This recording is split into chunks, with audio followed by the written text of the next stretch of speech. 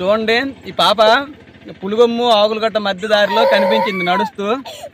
అసలు ఎవరు వదిలేశారో కూడా తెలియదు ఈ పాపని. అంటే ఏ ఊరో తెలియట్లేదు, 2-3 ఊర్లు అడిగాం కానీ చెప్పట్లేదు. ఈ పాప అయితే మా దగ్గర ఉంది సురక్షితంగా. శిఖరగించి గ్రామం అమ్మ సేవ ఫౌండేషన్ వాళ్ళ దగ్గర ఉంది ఈ పాప. ఎవరైనా ఈ పాప తెలిసిన వాళ్ళు ఉంటే మమ్మల్ని సంప్రదించండి. అలాగే 2-3 పోలీస్ స్టేషన్లు కూడా మేము ఇది పంపిస్తాం.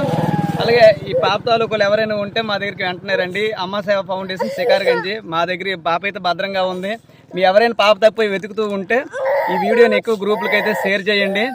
అత్యవసరంగా చాలా పాప అసలు ఏడుపు ఆపట్లేదు, భయంతో అసలు ఏడుస్తూనే ఉంది, ఏమి ఇచ్చినా తినట్లేదు కూడా.